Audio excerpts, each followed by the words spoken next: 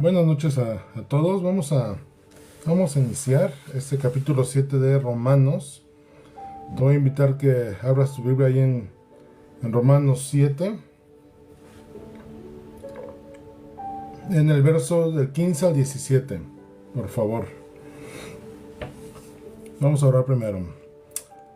Padre nuestro, te damos gracias por este tiempo, por esta oportunidad de estar unidos en tu nombre, Señor, a un medio electrónico. Señor, gracias porque tu presencia está y porque, Señor, te rogamos que tú guíes ahora esta enseñanza, este estudio, Señor, que nuestras mentes, nuestros corazones están abiertos a recibir, que nuestro espíritu esté receptible, que nuestro entendimiento esté abierto, Señor, y podamos comprender perfectamente, Señor, lo que tu palabra nos dice, y sea una palabra de consuelo, de edificación, de fortaleza, Señor, y revelación tuya.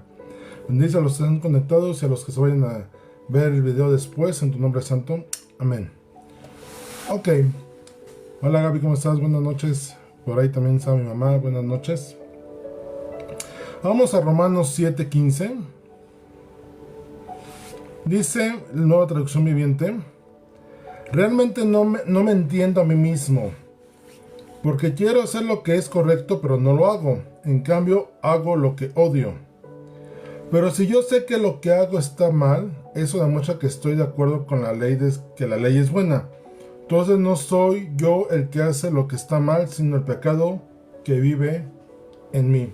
Este pasaje es más conocido en la Reina Valera, lo voy a leer. Dice: porque lo que hago no lo entiendo, pues no hago lo que quiero, sino lo que aborrezco, eso hago. Y si lo que no quiero, esto hago, apruebo que la ley es buena. De manera que ya no soy yo quien hace aquello, sino el pecado que mora en mí. Y cuando preparaba esta enseñanza para hoy, estaba pensando en esto. El título de la enseñanza es La lucha contra el pecado, si por ahí lo vieron.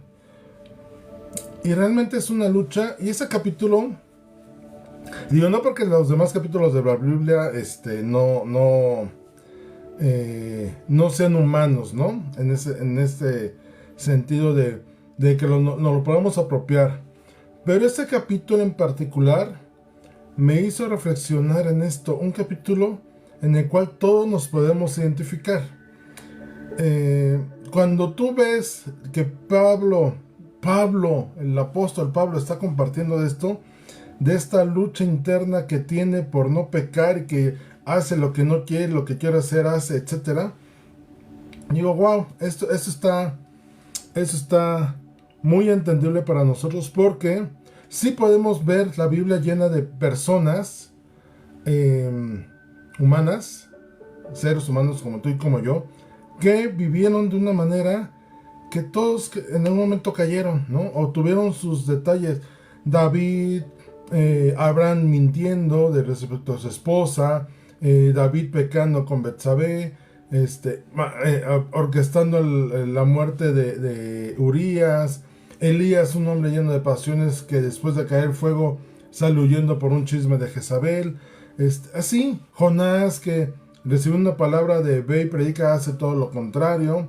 Así podemos ver y encontrar detalles en todos los personajes de la Biblia, ¿no? Pero a lo mejor no te identificas con ellos. Pero entender ahora que Pablo, siendo Pablo, tiene una situación en la cual tú y yo nos podemos identificar, y es esta lucha contra el pecado, en la cual Pablo, por lo que comenta en el capítulo, no estaba exento. Al contrario, él lo padecía, y en base a su experiencia comparte lo que la enseñanza al respecto. Y entonces, empezando por el capítulo, los primeros versículos, dice: ahora bien, amados hermanos, ustedes que conocen la ley, ¿no saben que la ley se aplica solo mientras una persona está viva? Y eso va a ser importante ahorita que lo revisemos. Por ejemplo, versículo 2: cuando una mujer se casa, la ley la une a su marido mientras él viva. Pero si él muere, la ley del matrimonio ya no se aplica a ella. Así que mientras su marido viva, ella cometería adulterio si se casara con otro hombre. Pero si el esposo muere, ella queda libre de esta ley y no comete adulterio cuando se casa de nuevo. Pablo lo que hace a través de este ejemplo es: la ley aplica para los vivos, la ley no aplica para las personas muertas. A ver, y vamos a entenderlo así, ¿no? Y creo que está muy claro el ejemplo. Y vámonos a cualquier ley, ¿no? Por ejemplo, cuando una persona dice: oye, cuando me muera quiero que hagas tal cosa, y que pues te lo puedo comentar, pero pues estás más en una obligación moral que en una obligación de ley de cumplir sus últimos deseos. ¿Por qué? Porque ya no va a estar la persona para reclamarte. Si la persona te dice: oye, cuando yo me muera quiero que pongas flores rojas y flores rosas en mi velorio, pues muerta dices: no quiero comprar estas, yo quiero poner blancas. No hay nada que te obligue, a lo mejor es la única objeción moral, pero no hay nada que te obligue a poner las rosas rojas y rosas que la persona te dijo. Así aplica esa parte del matrimonio. La ejemplificación es: mientras tú estás casado o casada, la ley te hace un matrimonio y creas una sociedad conyugal con tu pareja, con tu cónyuge. Si tú casado te metes con otra persona, cometes adulterio. Pero si la persona, tu cónyuge, muere y después tú entablas relación con otra persona, no cometes adulterio. ¿Por qué? Porque la persona ya murió. Mientras está viva, sí hay quien esté viendo que cumplas esa parte. Pero si la persona muere, te conviertes en viudo o viuda, y entonces tienes la libertad de volverte a casar, porque ya no hay un lazo que te obligue a. Cuando haces un contrato, voy a ejemplificarlo también así, de cualquier, por ejemplo, cuando rentas una casa, ¿no? Mientras estás habitando la casa y tienes un contrato de por medio, que estás viviendo en la casa, pues estás obligado a cumplir los requisitos que en el contrato se estipularon. Que a lo mejor no puedes hacer ruido, que a lo mejor no puedes tener mascotas, que no puedes invitar personas, etcétera, etcétera. Pero si el contrato muere, esto es, se termina, y tú sales de ahí, la persona ya no te puede reclamar nada respecto a la casa, ¿no? Si tú te vas a vivir a otro lado, pues no te puede decir: oye, pero dejaste la llave abierta, ¿no? No, pues espérame, ya terminé el contrato, ¿no? O sea, no hay nada que me obligue contigo a cumplir lo que en el contrato estaba estipulado, porque el contrato ya venció y murió, ¿no? Entonces, así, la ley de Dios aplica para los que estamos vivos, no para los que están muertos. Los que están muertos, los que ya murieron, pagarán las consecuencias de en vida haber cumplido o no la ley de Dios, ¿no? Creo que eso queda mucho más claro. En vida nos jugamos al boleto. Ya muertos, pues ya la consecuencia de la vida que llevamos mientras estábamos vivos. Dice el versículo 4, y creo que con esto va a quedar más claro. El versículo 4 dice: por lo tanto, mis amados hermanos, la cuestión es la siguiente. Ustedes murieron al poder de la ley cuando murieron con Cristo, y ahora están unidos a aquel que fue levantado de los muertos. Como resultado, podemos traducir una cosecha de buenas acciones para Dios. Cuando vivíamos controlados por nuestra vieja naturaleza, antes de conocer a Cristo, los deseos pecaminosos actuaban dentro de nosotros, y la ley despertaba esos malos deseos que producían una cosecha de acciones pecaminosas, las cuales nos llevan a la muerte. Versículo 6. Pero ahora fuimos liberados de la ley, porque morimos a ella y ya no estamos presos de su poder. Ahora podemos servir a Dios, no según el antiguo modo, que consistía en obedecer la letra de la ley, sino mediante uno nuevo, el de vivir en el Espíritu. Recordemos que los maestros fariseos en aquel tiempo, en los tiempos de Jesús, después de que regresaron del cautiverio, establecieron una ley que tenían que cumplir al pie de la letra, ¿no? Inclusive ellos agregaron más mandamientos que dice Jesús: estos son mandamientos de hombres, ¿no? Inclusive piden que la gente cumpla una ley que ni siquiera ustedes como líderes cumplen, ¿no? Eso es lo que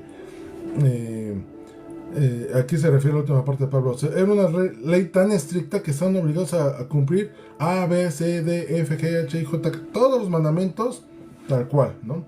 Y entonces, inclusive Pablo se jactaba en un momento de decir, pues yo era fariseo, yo cumplí esa ley, ¿no? Pero aquí lo importante es esto.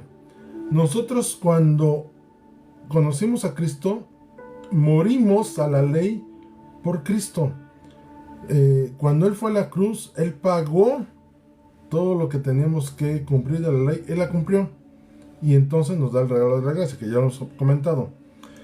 Pero dice, y Pablo especifica eso, lo que siembras, cosechas.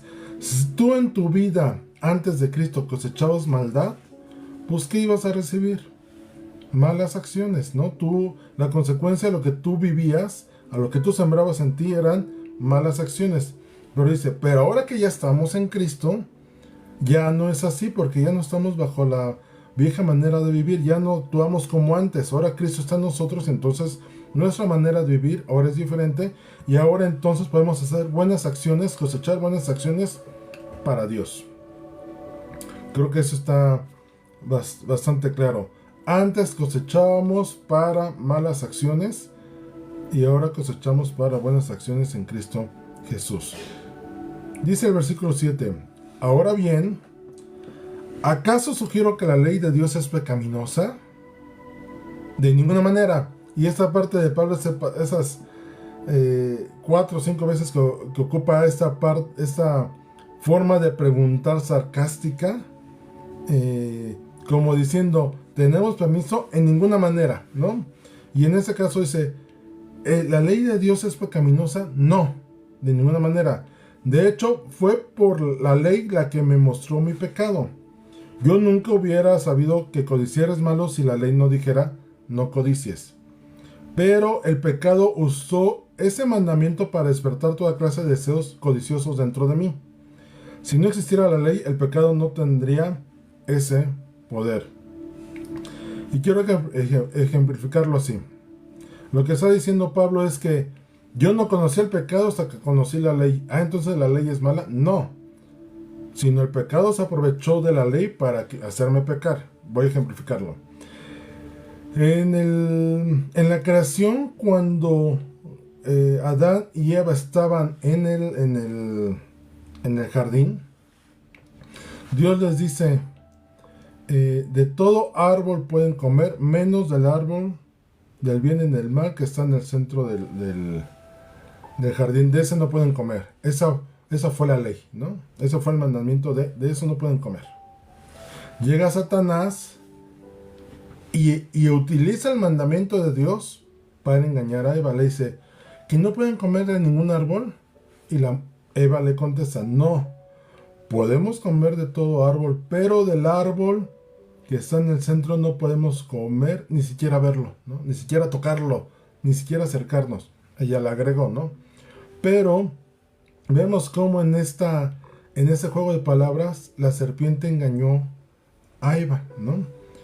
Y entonces dice, la serpiente contesta, no, sino cuando comas te vas a hacer muy inteligente, vas a ser como Dios.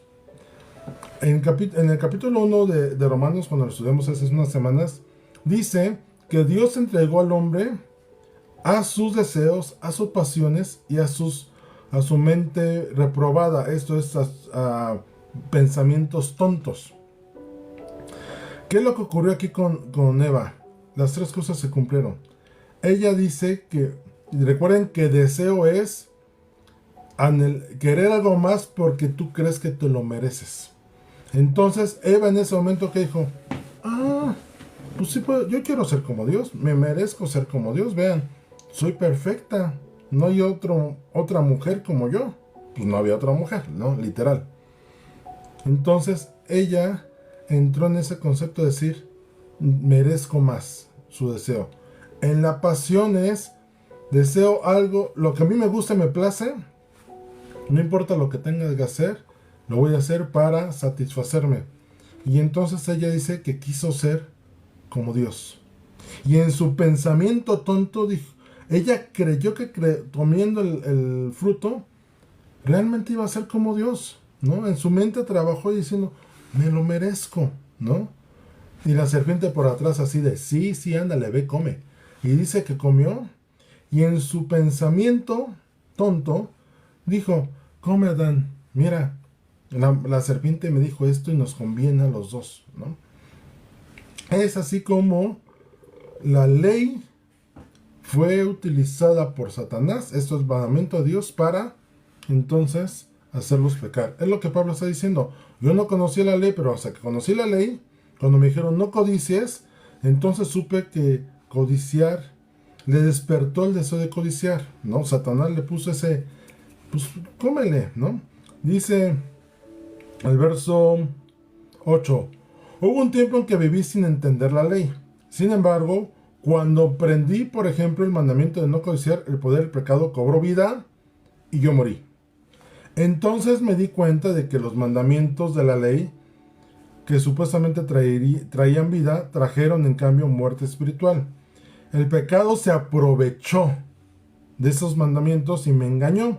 Usó los mandatos para matarme. Sin embargo, la ley en sí misma es buena y sus mandamientos son santos, rectos y buenos. Y esa parte Pablo la reitera por poner en claro, a ver, la ley de Dios no es mala. Los malos somos nosotros. Te voy a poner otro ejemplo. Para los que saben manejar. Pues manejar al final del día pues, resulta sencillo. ¿Tú podrías manejar sin conocer el reglamento de tránsito? Claro, ¿no?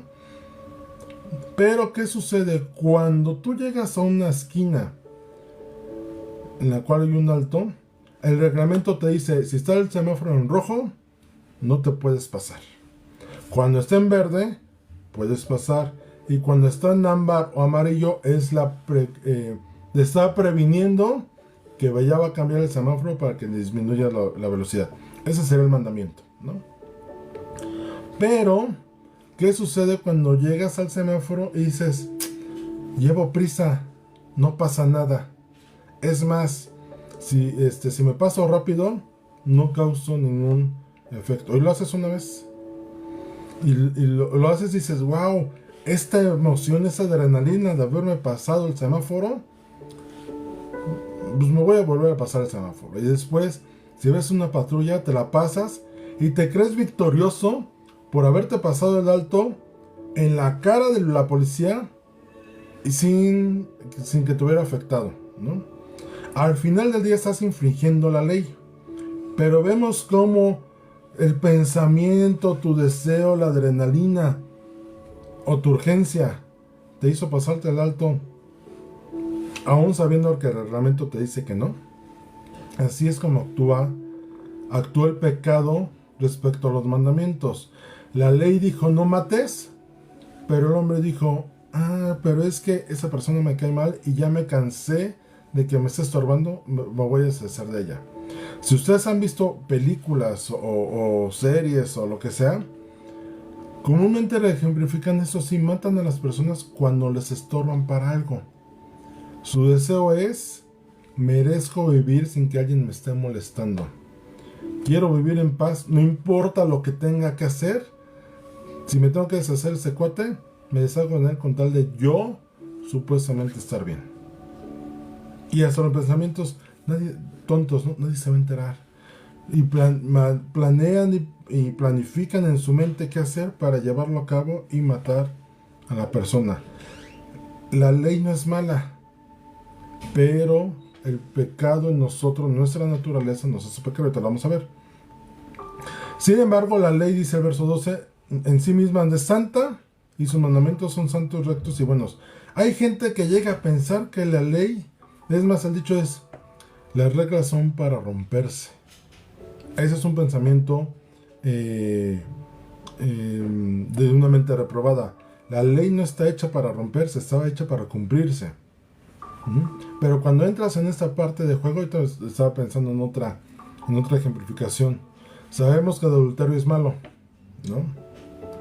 Y hasta la canción dice, una canción por ahí de salsa dice, una aventura es más bonita.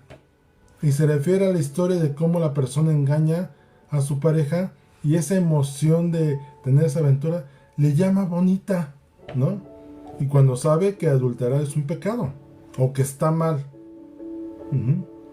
Pero inclusive por ahí algunos estudios dicen que las personas llegan a engañar a sus parejas por la adrenalina de no ser descubiertos.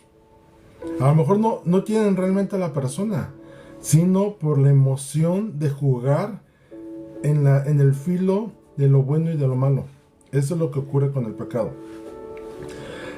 Y llegan a decir que la ley es mala. Fíjense, si la ley fuera mala, no habría un capítulo como Salmo 119 que habla de los mandamientos de la ley. Dice el Salmo 119, 15 y 16. En tus mandamientos meditaré, consideraré tus caminos, me regocijaré en tus estatutos, no me olvidaré de tus palabras.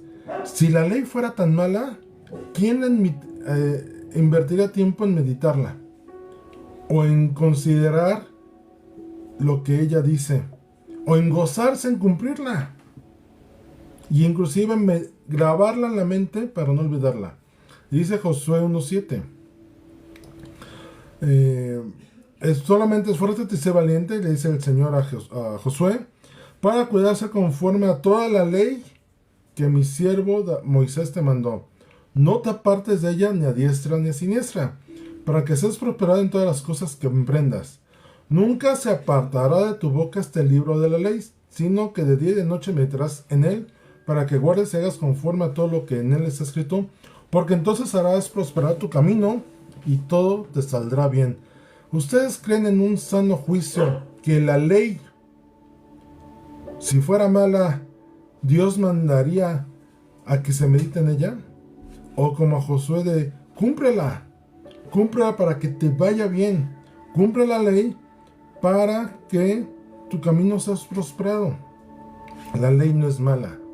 La ley, y esa ley de la cual aquí le habla Josué, es la misma ley de la cual se refiere Pablo cuando dice que el pecado tomó ocasión para engañar a través de él. Es la misma ley. Estamos hablando del Pentateuco, los primeros 5 libros. Si fuera tan mala, ¿por qué tendríamos que invertirle tiempo en ella? ¿Por qué Dios nos mandaría a invertirle tiempo, dedicación, meditarla y guardarla cuando se piensa que es mala? No, la ley es buena y está para cumplirse, porque el primer beneficiado somos tú y yo. Los demás pueden ser beneficiados por ti, pero el primer beneficiado, el que ve las repercusiones somos tú y yo. Y entonces dice el verso 13, y es a lo que yo ya fuimos engañados por el pecado, dice Pablo. Pero ¿cómo puede ser? ¿Acaso la ley es buena, que es buena provocó mi muerte? Por supuesto que no. El pecado usó lo que era bueno. Fíjense, el pecado usó lo que era bueno a fin de lograr mi condena de muerte. Por eso podemos ver qué terrible es el pecado. Se vale de los buenos mandatos de Dios para lograr sus propios fines malvados. La ley no es mala. El pecado se aprovecha y nos cambia las cosas.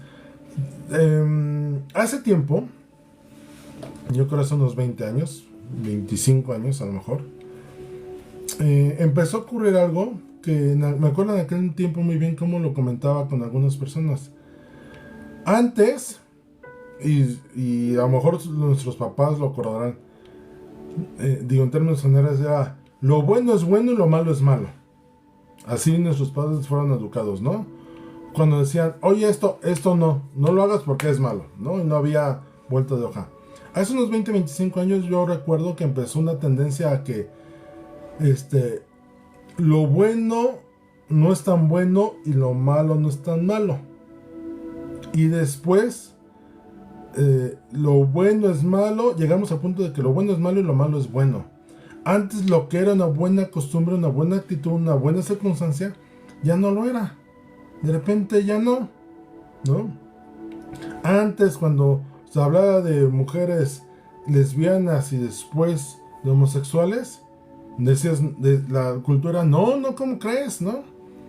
Y ahora ya está, no es tan malo, ¿no? Ya no es tan malo que una mujer sea una mujer, de acuerdo a la sociedad, ¿no? ¿Qué es lo que ocurre? Que el pecado se aprovechó de eso para hacer ver que las cosas buenas nos hizo creer que no eran tan buenas, ¿no? Es más, son malas. Y las cosas malas no son tan malas, son buenas. Y se dan cuenta, hubo una temporada en la cual películas hablaban mucho sobre homosexualismo, que no es tan malo, ¿no? Después que el aborto no es tan malo. Después vino que la hechicería, hombres lobo, toda esa parte de las películas de Harry Potter, llevan ese fin mostrar, o las películas de Crepúsculo, mostrar que los monstruos no son tan malos. Hotel Transilvania, que es un claro mensaje al respecto. Los monstruos no son malos. Es más, hasta dicen al final de la película 1, miren, Drácula, la gente nos ama. ¿Dónde, en qué momento hubo un cambio? Pues porque hubo una suavización, el pecado se aprovechó, la maldad se aprovechó para mostrarnos las cosas que no son tan malas, en teoría. Y entonces nos hacen caer y los buenos mandatos de Dios los pervierten para hacernos pecar. Aquí hay algo importante. El problema no es la ley, el problema somos nosotros en nuestra persona, tú y yo. Dice el verso 14, por lo tanto el problema no es con la ley, porque la ley es buena y espiritual. El problema está en mí, porque soy demasiado humano, un esclavo del pecado. Y esa parte humana hace referencia a lo siguiente: realmente no me entiendo a mí mismo, porque quiero hacer lo que es correcto, pero no lo hago. En cambio, hago lo que odio. Pero si yo sé que lo que hago está mal, eso demuestra que estoy de acuerdo con que la ley es buena. Esto es, cuando tú pecas, tienes conciencia de pecado, conciencia de maldad, es porque la ley está actuando en ti. Tienes el conocimiento de la ley, pero es ahí donde el diablo se aprovecha. Entonces no soy yo el que hace lo que está mal, sino el pecado que vive en mí. Lo que Pablo está diciendo es, nuestra condición humana y corrompida es la que nos provoca pecar. Ya lo hablaba en otra ocasión, esa concupiscencia que es nuestro deseo de pecar. Mira, no, nadie se va a enterar. Mira, haz esto. Oye, cómprate esto, gasta de más, te lo mereces. Tenemos aquí esa vocecita hablándonos y diciéndonos, mira, no está tan malo, échate un cigarrito, échate una copita, es más, dale una fumada a la droga, a la marihuana, no hay bronca, ¿no? Esa es la parte que nuestra carne nos hace pecar. Esa es la parte con la que batallamos. Queremos hacer lo correcto porque sabemos que es correcto, pero terminamos haciendo lo contrario. Un ejemplo, ¿es correcto darle a una persona en condición de calle una ayuda? Es lo correcto, es ser movidos a misericordia. ¿Lo llegamos a hacer siempre? No. A veces lo vemos y decimos, nos extienden la mano y hasta nos volteamos así como que yo no vi. Pasamos como si no existiera la persona. Ese es un ejemplo claro. Sabemos hacer lo bueno y no lo hacemos. Y terminamos haciendo algo malo. Tenemos algo con otra persona y entramos y lo correcto es saludar a la persona. Porque se supone que estamos educados que cuando llegas a un lugar, saludas a quien esté. Y a lo mejor está alguien que no te cae bien, pero bueno, por educación saludas. Pero cuando entras y ves a la persona dices, ay, ahí está fulanito que, ay, cómo me choca. Y hasta los saludas así, hola, ¿no? Y le pones, hasta ni lo quieres ver. Así nos ocurre.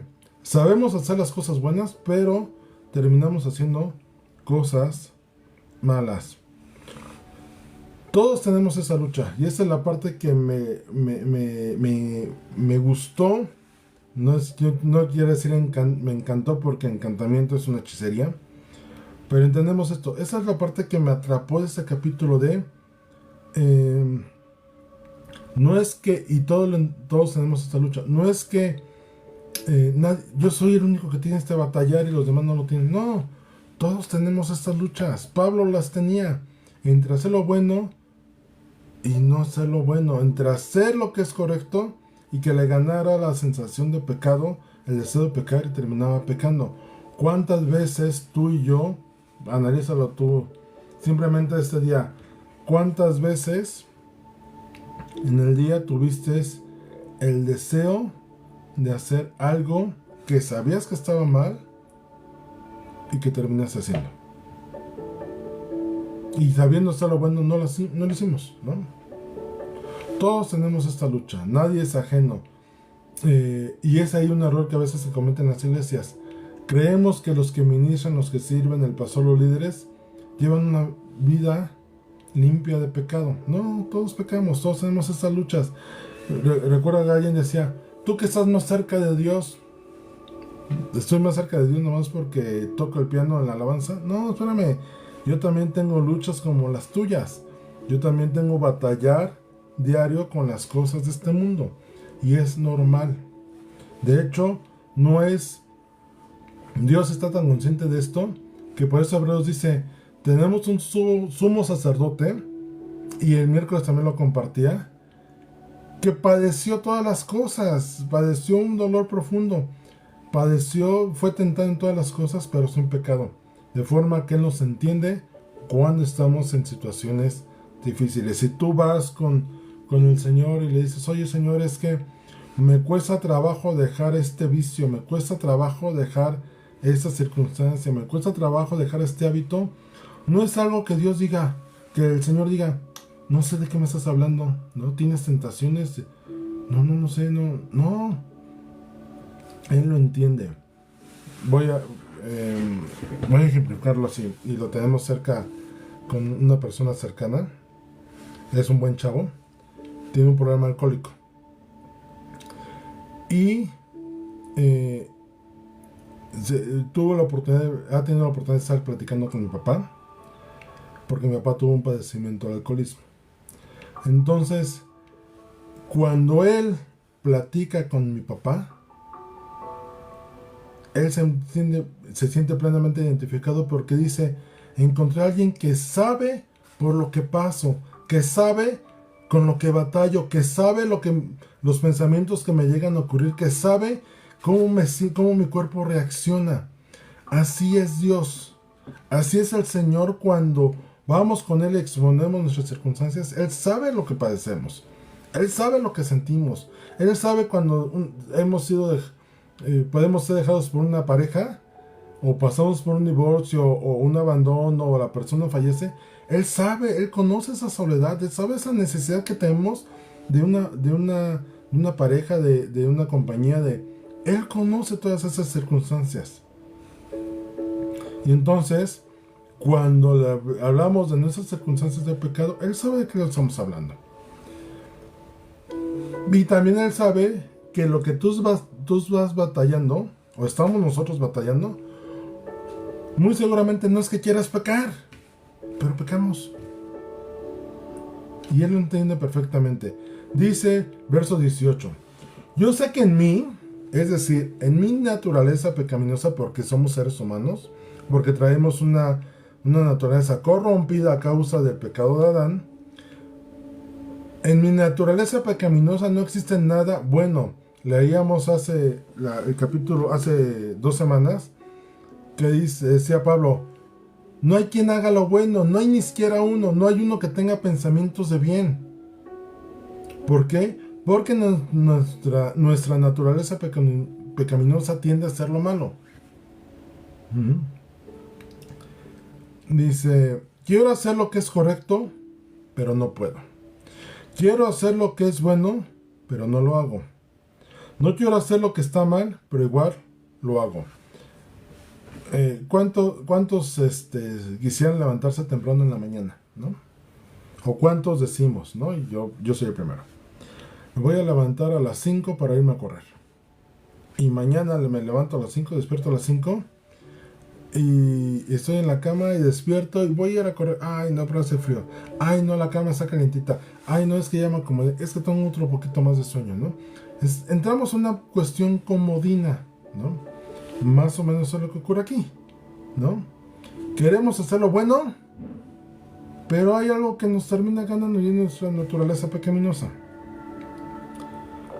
Dice el verso 20, ahora, si hago lo que no quiero hacer, realmente no soy yo el que lo hace, el que hace lo que está mal, sino el pecado que vive en mí. ¿Cuántas veces tú y yo hemos pecado y después de pecar entramos en un remordimiento de decir, es que no quería hacerlo, me estaba plantando en no hacerlo y terminé haciéndolo, ¿no? En cualquier hábito, en cualquier pecado o tendencia que tengas, terminamos haciendo lo que no queremos, ¿no? Pero no es porque lo queramos hacer. Dice, mis ganas de pecar no es lo mismo que nuestra voluntad de pecar. Ajá. Nuestro cuerpo a veces nos pide cosas. No es que nosotros no queremos, pero nuestra naturaleza pecaminosa nos dice, peca, ¿no? Hace unos días mi papá me platicaba de algo y me resultó bastante interesante. Una mujer embarazada tuvo a su bebé y durante el embarazo la mujer estuvo tomando, ¿no? Siguió alcoholizando. Cuando el bebé nació, al bebé entró en un lapso de abstinencia y al bebé le tuvieron que dar alcohol porque él ya venía acostumbrado al alcohol y de repente cuando nace le cortan el suministro de alcohol que le llegaba a través del cordón umbilical y le tuvieron que dar al bebé alcohol porque se estaba poniendo mal, iba a entrar en crisis y era posible que el bebé muriera. Así nos ocurre a nosotros con el pecado. Veníamos tan acostumbrados de una vida pecaminosa, de una naturaleza pecaminosa, que nuestro cuerpo, nuestra naturaleza, nuestro cuerpo carnal pide, ¿no? Pécale, dame placer, dame gusto, te lo mereces. Así actúa en nosotros el pecado. Dice el verso 21. He descubierto el siguiente principio de vida, dice Pablo, que cuando quiero hacer lo que es correcto, no puedo evitar hacer lo que está mal. Pablo sigue en esta confrontación consigo mismo. Amo la ley de Dios con todo mi corazón, y seguramente a ti y a mí nos ocurre lo mismo. Amamos a Dios y queremos hacer lo correcto, dice el verso 23, pero hay otro poder dentro de mí que está en guerra con mi mente. Peca, hazlo, nadie se va a dar cuenta. ¿Dónde se desarrolla la batalla? En nuestra mente. Ese poder me esclaviza al pecado que todavía está dentro de mí. Y aquí viene una pregunta, ¿por qué sigue morando pecado en nosotros? Y la respuesta es muy sencilla, porque seguimos estando en un cuerpo corrupto por el pecado de Adán. Nuestro cuerpo nos tiende a pecar, nuestra carne tiende a pecar. ¿Hasta qué momento vamos a dejar de pecar? Cuando esos cuerpos sean transformados en un cuerpo glorificado, y en un cuerpo glorificado en el cual no hay chance de corrupción, no hay chance de pecado, no hay chance de algo que a Dios no le agrade. Pero mientras estamos en ese cuerpo, en este mundo, vamos a seguir pecando, aunque no queramos, porque hay una naturaleza dentro de nosotros que tiende a pecar. Por eso es que seguimos con este batallar y seguiremos haciendo hasta que seamos glorificados. Dice el verso 24, soy un pobre desgraciado, dice Pablo, ay de mí, ¿no?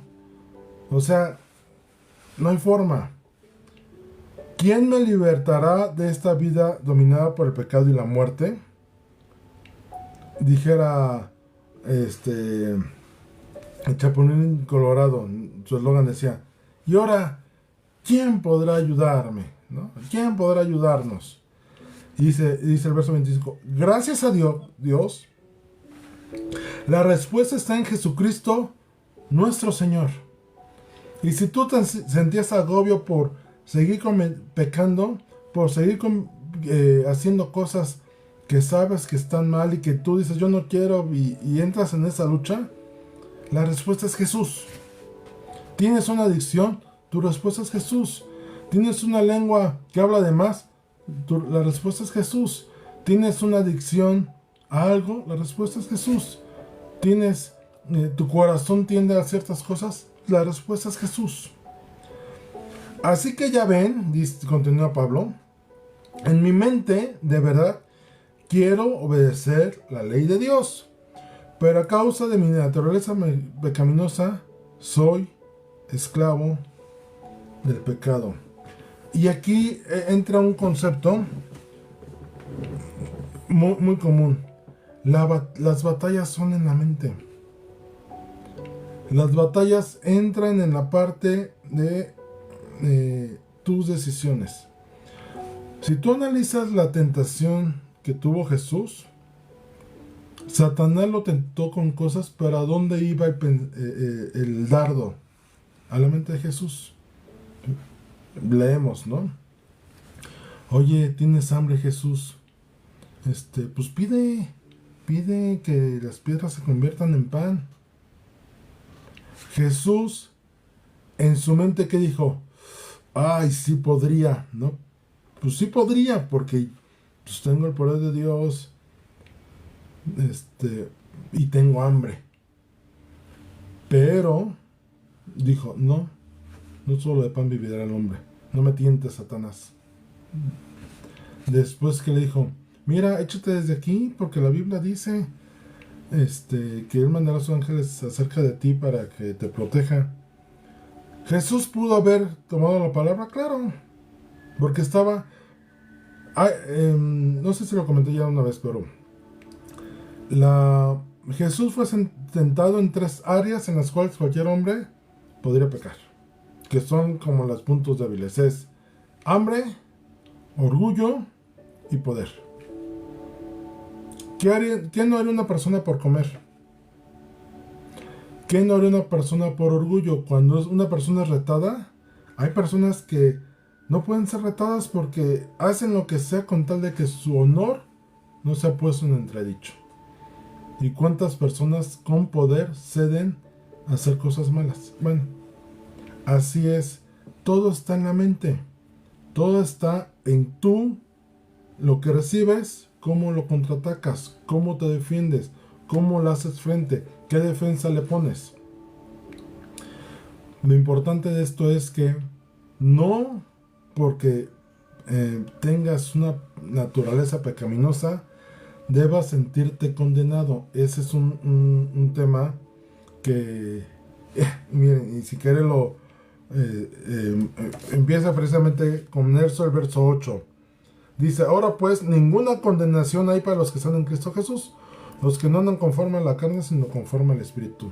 Si tú tienes deseos de pecar, eso no es pecado, ni por eso te debes de sentirte condenado. ¿Cuántas veces llega Satanás y te dice, y eso que eres cristiano, mira, sigues pecando, no cambias, no puedes dejar esa atadura que traes, mira, te tengo en mis manos, mira, te tengo sometido, mira, jamás vas a lograr salir. Es más, ¿para qué pides perdón si de todos modos mañana vas a volver a caer? ¿Acaso el diablo no hace eso? ¿Acaso no tienes esos pensamientos? ¿Acaso no Satanás te llega a atacar así? Y la respuesta aquí está. Espérame, dice Pablo, no soy yo. Yo en mi deseo, yo no deseo pecar. Si amas a Dios, creo sinceramente que tú y yo estamos en una posición de no queremos fallarle a Dios. Pero esa naturaleza pecaminosa que está en nosotros va a tender a querernos hacer pecar. Y la solución es, y de eso vamos a hablar la próxima semana, recordemos esto, porque aquí como termina el capítulo dice, pero a causa de mi naturaleza pecaminosa soy esclavo del pecado. Recordemos que la carta no estaba dividida en capítulos, era un texto completo seguido. Inmediatamente el siguiente párrafo dice, ahora pues, ninguna condenación. Si tú te sentías pecado, dice Pablo, tranquilo, no hay ninguna condenación para los que están en Cristo. Esto es, así peques, así tengas una naturaleza pecaminosa, no estás condenado. ¿Qué es lo que tenemos que hacer? Pedir perdón cuando pecamos y creer en la convicción en que somos hijos de Dios. Y aquí es donde entra el punto de la salvación se pierde. No se pierde, porque aquí Pablo está diciendo no hay ninguna condenación para los que están en Cristo. Pero si tú crees que por haber confesado a Cristo puedes seguir llevando la vida que llevabas, ahí sí, Pablo dice, no, lo leemos en un capítulo anterior, ¿vamos a pecar para comprobar que la gracia de Dios es grande? No, de ninguna manera. No le juegues al vivo. En otras palabras, yo soy firme creyente de esto. El que está en Cristo, el que aceptó a Cristo en su corazón, tiene salvación. Si uno sigue pecando descaradamente y nada más dijo la oración por cumplir con el requisito, pero sigue llevando una vida como la llevaba antes, en realidad jamás recibió a Cristo. Fue emoción, ¿no? Pero jamás recibió a Cristo. Y lo podemos ver en la parábola del sembrador. Todas esas, dice que las personas que cayeron en tierra, dice, gozosos son los que gozosamente recibieron, pero a la primera prueba se les acabó el amor por Cristo. A la primera prueba se fueron al mundo. Y así los que cayeron en espinos y en pedregales. Son personas que no recibieron a Cristo. Las personas que reciben a Cristo dan fruto y se nos manifiesta ese poder de Dios manifestado en nosotros a través de Cristo Jesús.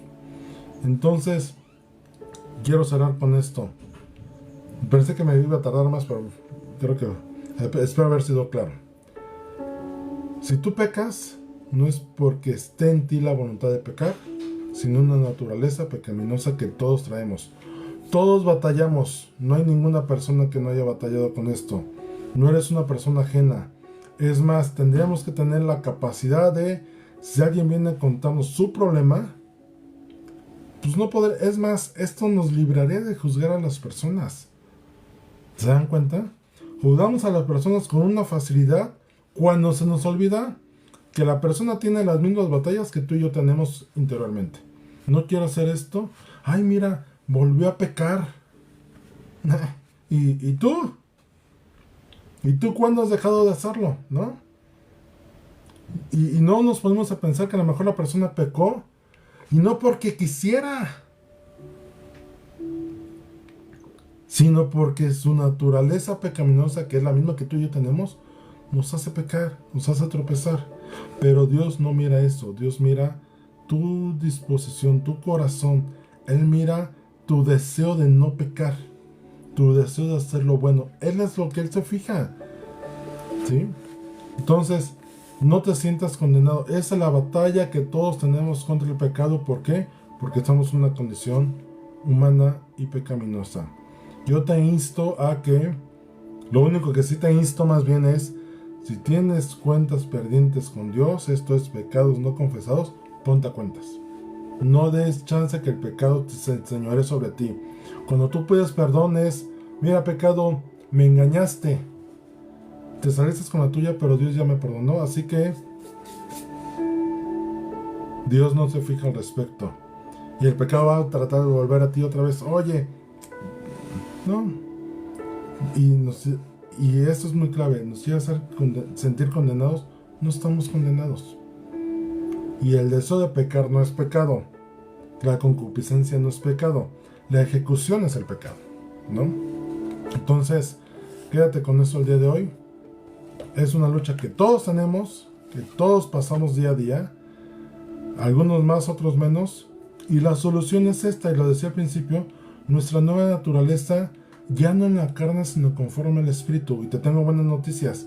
Los siguientes capítulos, si te has dado cuenta, hasta el día de hoy, los capítulos anteriores han sido de toda este batallar naturaleza pecaminosa, por qué pecamos, nuestras justificaciones, nuestras pasiones, etcétera, etcétera. Y te tengo buena noticia. Lo siguiente ya es, oye, déjalo atrás. Tenemos una nueva en Cristo a través de su Espíritu. La siguiente lección es viviendo en el Espíritu. Vamos a orar. Ay, Señor, gracias. Gracias, Padre. Porque tu infinito amor nos muestra que aún, Señor, nos amas en medio de nuestra naturaleza pecaminosa que podemos tener. Y eso no te enoja.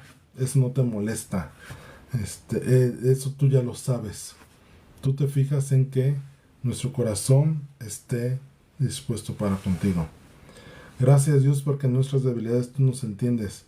Tú sabes y conoces esas luchas internas que podemos llegar a tener de no quiero hacer esto porque está mal, pero lo terminamos haciendo y por qué lo hice. Señor, esas batallas internas tú las conoces.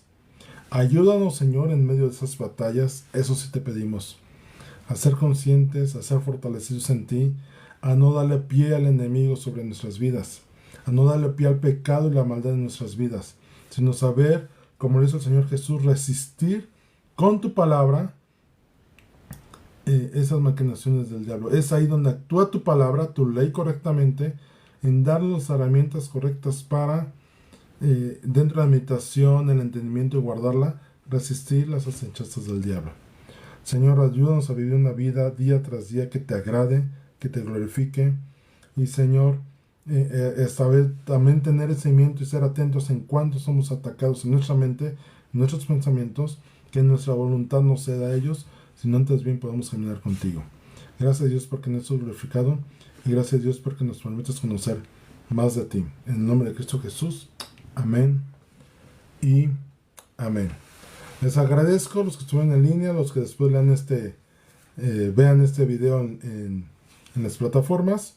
Nos vemos por aquí el domingo en la reunión presencial. El próximo miércoles en línea. Y ya saben, los viernes, aquí a las 7 tenemos esta continuación del estudio de Romanos. Bonita noche y bendiciones para todos.